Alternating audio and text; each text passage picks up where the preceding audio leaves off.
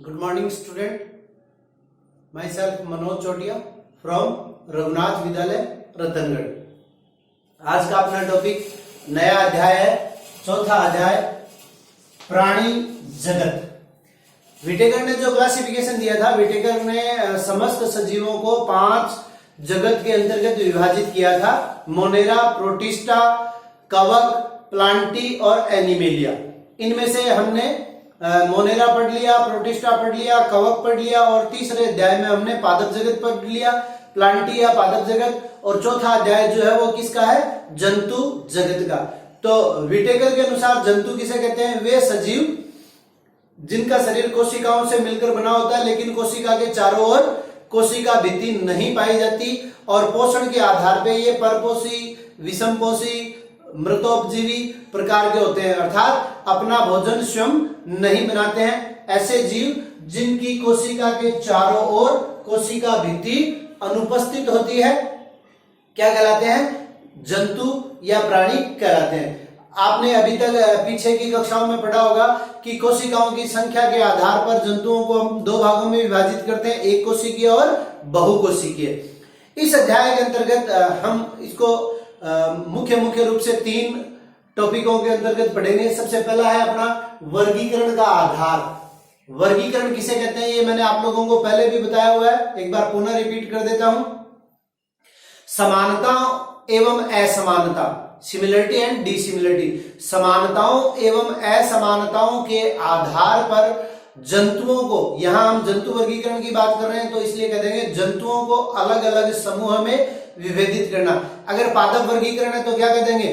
पादपों को समानताओं एवं असमानताओं के आधार पर पादपों को भिन्न भिन्न समूह में व्यवस्थित करना। यहां अपन पढ़ रहे हैं जंतु जगत, तो समानताओं एवं असमानताओं के आधार पर जंतुओं को अलग अलग समूह में विभेदित करना। जैसे मैं आपको एक उदाहरण के स्वरूप बता देता हूं, रीढ़ की हड्डी। ठीक है, रीढ़ की हड्डी जितने भी जंतुओं में पाई जाती है उन सभी को हम ले लेते हैं किसमें? ये एक समानता होगी।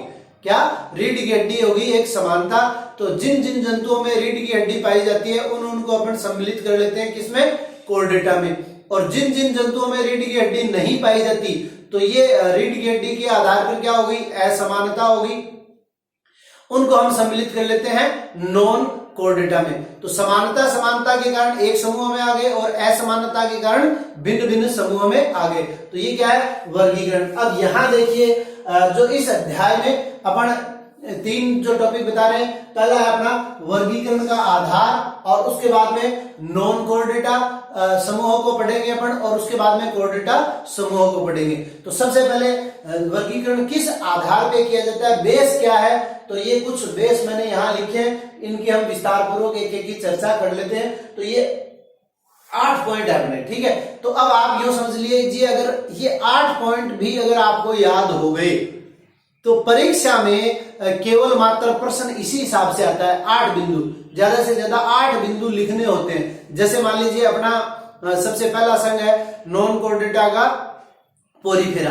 तो अगर उसके ऊपर प्रश्न आता है तो प्रश्न सीधा सीधा यूं पूछा जाता है कि पोरीफेरा के कोई 8 लक्षण लिखिए, या नॉन कोर्डेटा के कोई 8 लक्षण लिखिए, या मेमेलिया के कोई 8 से ज्यादा नहीं पूछे जाते। तो ये 8 अपने आधार हो जाएंगे। इसके अलावा भी हम बहुत से लक्षणों का डिस्कशन करेंगे, लेकिन 8 तो कम से कम आपको याद करने ही करने हैं। पहला देखिए, संगठन के स्तर। वर्गीकरण का पहला आधार क्या है? संगठन के स्तर। तो अगर संगठन के स्तर की अपन बात करें तो आप लोगों ने छोटी कक्षाओं में 9th में भी आप लोगों ने पढ़ा होगा कि सजीवों की जो संरचनात्मक एवं क्रियात्मक इकाई होती है उसको क्या कहते हैं? कोशिका।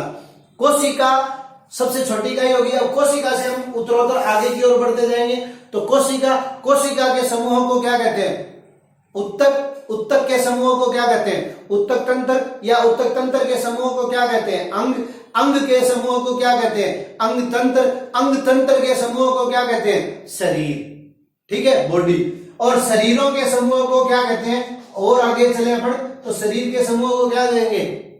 शरीर के समूह को कहेंगे जनसंख्या। जैसे भारत की जनसंख्या कितनी है, ठीक है ना, तो इसका मतलब क्या हुआ कि कितने शरीर उपस्थित हैं। तो शरीरों के समूह को जनसंख्या, और जनसंख्या के समूहों को और आगे अपन विभेदित करें तो क्या कह देंगे, समुदाय, और समुदाय के समूह की बात करेंगे तो उसको क्या कह देंगे, मंडल, जैसे स्थल मंडल, जल मंडल, वायुमंडल। ठीक है, शरीर किससे मिलकर बना हुआ है, अंग तंत्र, अंग तंत्र किससे मिलकर बना हुआ है, अंग किससे मिलकर बना हुआ है, उत्तक किससे मिलकर बना हुआ है, या यहाँ कहते हैं उत्तक तंत्र, और उत्तक तंत्र किससे मिला है, उत्तक से, और उत्तक कोशिका से। अब देखिए ये हो गया अपने संगठन के स्तर। अब जब हम डिस्क्रिप्शन करेंगे किसी भी संघ का, ठीक है, जैसे अपन अपनी बात कर लेते हैं मेमेलिया की, मेमेलिया का जब हम वर्गीकरण करेंगे तो मेमेलिया या किसी भी संघ में जो स्तर पाया जाता है, ठीक है, उसका शारीरिक संगठन लिखते वक्त ये आपको याद रखना है, उसका शारीरिक संगठन लिखते वक्त उससे एक स्तर नीचे चले जाएंगे।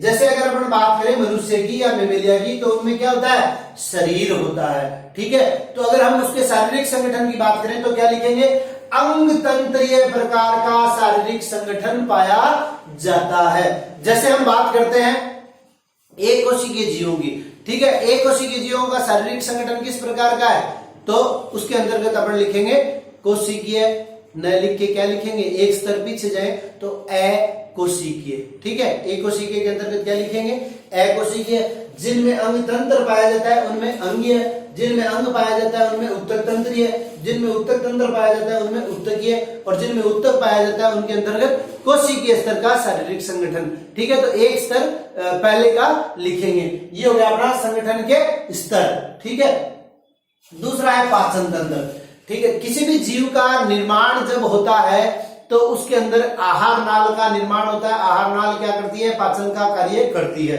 ठीक है, तो पाचन तंत्र के आधार पर जीवों को दो भागों में अपन वर्गीकृत करते हैं कि या तो उनमें क्या होता है, पूर्ण आहार नाल पाई जाती है या अपूर्ण आहार नाल। पूर्ण आहार नाल का मतलब है आहार नाल जो है अपनी वो मुख से गुदा तक फैली होती है, अर्थात जब आहार नाल में दो छिद्र होते हैं, ठीक है, तो उस आहार नाल को क्या कहते हैं, पूर्ण, यानी पाचन तंत्र क्या है, पूर्ण। और जब आहार नाल में एक ही छिद्र पाया जाता है, अर्थात उसी के द्वारा भोजन का अंतर्ग्रहण होता है और उसी के द्वारा भोजन को बाहर निष्कासित किया जाता है, तो उसको कह देंगे अपूर्ण।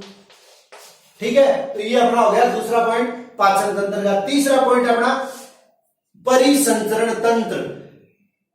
परिसंचरण तंत्र का अर्थ होता है, जो आप लोगों को याद होगा, जंतु जगत के पिता कौन है, अरस्तु। अरस्तु ने सबसे पहले जंतुओं को दो भागों में वर्गीकृत किया गया था। कौन कौन से, एक जिनमें लाल रक्त पाया जाता है और दूसरे जिनमें लाल रक्त के अलावा और कोई रक्त पाया जाता है। तो कहने का तात्पर्य क्या है, रक्त क्या है, रक्त एक प्रकार का संवहन उत्तक है। ठीक है, अब ये संवहन उत्तक किस में प्रवाहित हो रहा है, ठीक है, तो या तो ये अपने धमनी और शिराओं में प्रवाहित हो रहा है या खुला प्रवाहित हो रहा है। तो परिसंचरण तंत्र के आधार पर जंतुओं को दो भागों में विभाजित करते हैं, खुला परिसंचरण तंत्र और बंद परिसंचरण तंत्र। यानी रक्त का परिवहन जब नलिकाओं में होता है तो उसको कह देते हैं बंद प्रकार का परिसंचरण तंत्र, और जब नलिकाओं में नहीं होता है, केवल एक केविटी होती है, गुहा में भरा हुआ रहता है और सारे के सारे अंग जो है उसके अंदर डूबे हुए रहते हैं, और जिसको जितनी आवश्यकता होती है उतना रक्त वो वहां से अवशोषित करता रहता है, तो वो क्या हो गया, खुले प्रकार का रक्त परिसंचरण तंत्र। सामान्यतः जो अपन देखते हैं उदाहरण कॉकरोच, उसके अंदर खुले प्रकार का परिसंचरण तंत्र पाया जाता है। इसके बाद में आते हैं सममिति। सममिति किसे कहते हैं, देखिए जब किसी, ये आप अच्छे से याद कर लेना, सममिति के ऊपर प्राय प्रश्न पूछा जाता है। ठीक है, जब किसी जंतु को किन्हीं काल्पनिक रेखाओं के द्वारा दो बराबर बराबर भागों में विभाजित किया जाता है, उसके केंद्रीय अक्ष से गुजरते हुए, तो उसे हम क्या कहते हैं, सममिति। और सममिति के आधार पर जंतुओं को तीन भागों में विभाजित करते हैं। सममिति के आधार पर जंतुओं को तीन भागों में विभाजित करते हैं। एक बार पुनः मैं सममिति की परिभाषा रिपीट कर देता हूं। पहली बात, हम किसी जंतु को काटते नहीं है, ठीक है, कल्पना करते हैं। दूसरी बात, उसके केंद्रीय अक्ष से गुजरते हुए। जैसे अगर हम मनुष्य की बात करें तो आप लोगों को ध्यान में रखना है मनुष्य का केंद्रीय अक्ष क्या है, तो मनुष्य का केंद्रीय अक्ष क्या है, उसकी नाभि है। ठीक है, तो जब किसी भी जंतु को किन्हीं काल्पनिक रेखाओं के द्वारा दो बराबर बराबर भागों में विभाजित करते हैं तो उसे सममिति कहते हैं। सममिति के आधार पर जंतु तीन प्रकार के होते हैं। पहला तो क्या हो गया, असममित, यानी अगर हम किसी भी दिशा से उस जंतु को दो भागों में विभाजित करें उसके केंद्रीय अक्ष से गुजरते हुए, तो वो दो समान अर्धांशों में विभक्त नहीं होता है। इस प्रकार के जंतु को कहते हैं असममित। अब अगर जैसे मनुष्य की बात करें तो मनुष्य को अगर हम ये केंद्रीय अक्ष है यहां से इस प्रकार से काटें तो दो बराबर बराबर भागों में विभक्त हो सकता है। तो ये कह सकते हैं कि जब केवल एक ही दिशा से काटने पर दो समान भागों में विभक्त होता है तो इस प्रकार की सममिति को कहते हैं द्विपार्श्व सममिति। ठीक है, और एक मान लीजिए इस प्रकार का कोई गोलाकार जंतु है, ये इसका केंद्रीय अक्ष है, तो इसको हम चाहे जिस दिशा से भी काटें, इधर से काटें तो भी दो बराबर भाग, इधर से काटें तो भी दो बराबर भाग, इधर से काटें तो भी दो बराबर भाग, इधर से काटें तो भी दो बराबर भाग। ठीक है, तो इस प्रकार के जंतुओं को कहते हैं अर्य सममित। ठीक है, किसी भी दिशा से काटने पर दो समान भागों में विभक्त हो जाता है तो इस प्रकार की सममिति को क्या कहेंगे, अर्य सममिति। उसके बाद में अगला टॉपिक है अपना, अगला आधार है कोरक संगठन। किसी भी जंतु के निर्माण के पश्चात उसमें सबसे पहले क्या होता है, विदलन होता है। ठीक है, क्या होता है, विदलन। अब यहां पर मैं आपको विदलन की परिभाषा भी बता देता हूं। इस प्रकार का समसूत्री विभाजन जिसमें कोशिकाओं की संख्या में तो बढ़ोतरी होती है लेकिन उनका आकार जो है वो घटता जाता है। जैसे मान लीजिए ये कोई एक कोशिका है, ठीक है, अब इसमें विभाजन हुआ, विभाजन के फलस्वरूप ये दो कोशिकाएं बन गई, तो कोशिका की संख्या तो कितनी होगी, दो। ठीक है, समसूत्री, इस प्रकार का समसूत्री यानी दोनों कोशिकाओं में गुणसूत्रों की संख्या क्या रहेगी, समान। जैसे मान लीजिए यहां कोशिका के अंदर गुणसूत्रों की संख्या 46 थी, जैसे कि मनुष्य के अंदर होता है। अब इन दोनों कोशिकाओं में यहाँ पे भी क्या है, 46 है और यहाँ पे भी 46 है, लेकिन इनका आकार क्या हो गया, घट गया, या आकार क्या रह गया, आधा रह गया। तो इस प्रकार के समसूत्री विभाजन, और समसूत्री विभाजन में क्या होता है, इस प्रकार से दो समान आकार की कोशिका बनती है, लेकिन विदलन में आकार घटता जाता है। तो इस प्रकार का विभाजन जिसमें कोशिका की संख्या में तो बढ़ोतरी होती है लेकिन आकार घट जाता है, क्या कहलाता है, विदलन कहलाता है। और इस विदलन के फलस्वरूप जो कोशिकाएं बनती है, ठीक है, उनको क्या कहते हैं, कोरक कोशिकाएं। अब इनमें क्या होता है, 2 या 3 स्तरों का निर्माण होता है और उन 3 स्तरों से इनको जननिक स्तर भी कहते हैं और उन स्तरों से फिर आगे समस्त अंगों का निर्माण होता है। ठीक है, तो इस आधार पे, कोरक संगठन के आधार पे अगर हम बात करें तो जंतुओं को दो भागों में विभाजित कर सकते हैं, द्विकोरकी और त्रिकोरकी। द्विकोरकी का मतलब 2 स्तर बनते हैं, एंडोडर्म और एक्सोडर्म, और त्रिकोरकी का मतलब 3 स्तर बनते हैं, एंडोडर्म, एक्टोडर्म और मेसोडर्म। उसके बाद में अपना अगला आधार आता है प्रगुहा, सीलोम। प्रगुहा किसे कहते हैं, तो देखिए अपन ने यहाँ पाचन तंत्र के अंदर बात की आहार नाल की, ठीक है, और ये क्या है अपनी बाहर बॉडी वाल। ठीक है, तो शरीर की भित्ति और आहार नाल, शरीर की भित्ति और आहार नाल के मध्य पाई जाने वाली गुहा को क्या कहते हैं, प्रगुहा। ठीक है, और अगर यह प्रगुहा अगर मेसोडर्म से आस्तरित रहती है, मेसोडर्म उसके ऊपर एक स्तर बनाए हुए रखता है, तो उसको कहते हैं वास्तविक गुहा या वास्तविक देहगुहा।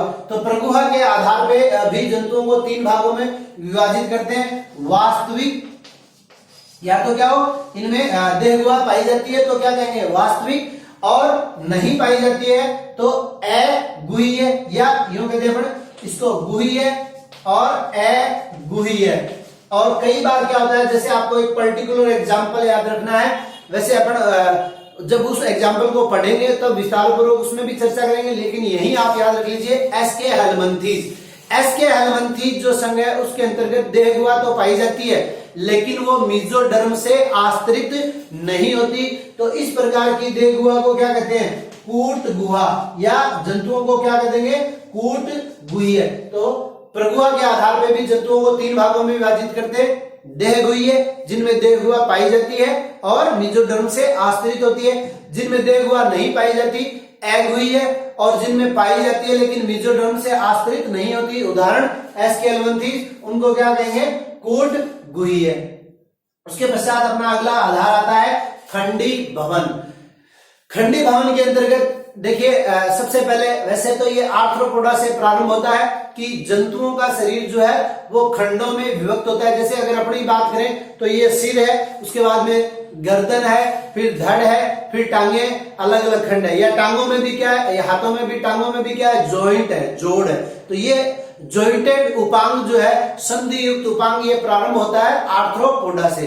लेकिन सबसे पहले एनेलिडा, अगर आप लोगों ने केचुआ देखा हो तो उसके अंतर्गत क्या होता है, उसका शरीर खंडों में विभक्त होता है और उसमें आंतरिक और बाह्य खंड भी पाए जाते हैं। तो हम ये कह सकते हैं खंडी भवन के आधार पर कि जंतु जो है 2 प्रकार के होते हैं, या तो क्या हो, उनमें खंड पाए जाते हो। जैसे अगर हम सांप को देखें, ठीक है, तो सांप का पूरा शरीर अपने को एक जैसा दिखाई देता है, उसमें कोई खंड नहीं होते हैं। और अगर केचुए को देखें तो उसके अंदर बाह्य संरचना के साथ साथ आंतरिक संरचना में भी क्या होते हैं, खंड पाए जाते हैं। तो इस चीज को अपन क्या कहेंगे, विखंडा अवस्था। अगर खंड बाह्य और आंतरिक दोनों अवस्था में पाए जाते हैं तो जंतुओं को 2 भागों में विभाजित कर सकते हैं, खंडीय और अखंडीय। इसके पश्चात अंतिम जो अपना आधार है वो है पृष्ठ रज्जु। सलाका रूपी पृष्ठ रज्जु या नोटोकॉर्ड मध्य अवस्था या मेसोडर्म जिसकी अपन बात कर रहे हैं, इससे उत्पन्न होता है, जो भ्रूणीय परिवर्धन विकास के समय पृष्ठ सतह में बनती है। तो पृष्ठ रज्जु युक्त प्राणियों को रज्जु की या कोर्डेट कहते हैं, या अपन मोटे तौर पे जिसको मैंने आपको समझाया था क्या कह सकते हैं अपन, रीढ़ की हड्डी, ठीक है। वो अगर उपस्थित है तो क्या कहेंगे, कोर्डेटा, और उपस्थित नहीं है तो क्या कहेंगे, नॉन कोर्डेटा। तो ये हो गए अपने वर्गीकरण के आधार। आज के लिए इतना ही। कल अपन पढ़ेंगे नॉन कोर्डेटा के समस्त संघ और उसके बाद में अपन पढ़ेंगे कोर्डेटा के समस्त संघ। धन्यवाद।